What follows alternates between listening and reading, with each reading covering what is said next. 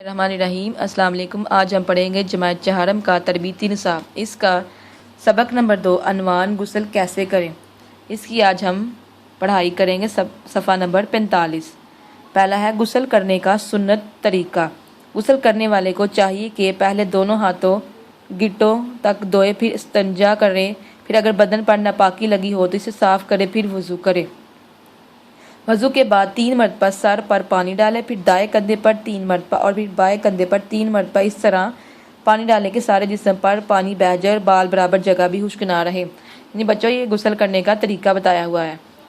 صفائی حاصل کرنے کے لیے دوسری چیزیں مثلاً صابن وغیرہ استعمال کرنا چاہیے تو وہ بھی استعمال کر سکتے ہیں۔ آگے ہے غسل کے فرائض۔ غسل میں 3 فرض ہیں۔ نمبر 1 منہ بھر کر کولی کرنا، نمبر 2 ناک کے نرم حصے تک پانی پہنچانا، نمبر 3 پورے بدن پر پانی بہانا۔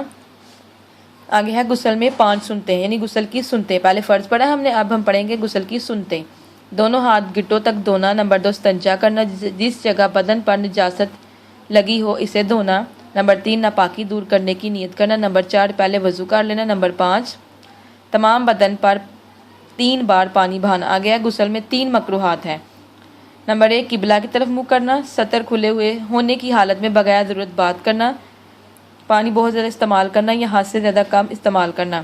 تمام بچے غسل کا طریقہ سن کر بہت خوش اور کہنے لگے کہ انشاءاللہ تعالی ہم آئندہ اسی طرح غسل کیا کریں گے تاکہ ہمیں بھی سنت پر عمل کرنے کا ثواب ملے۔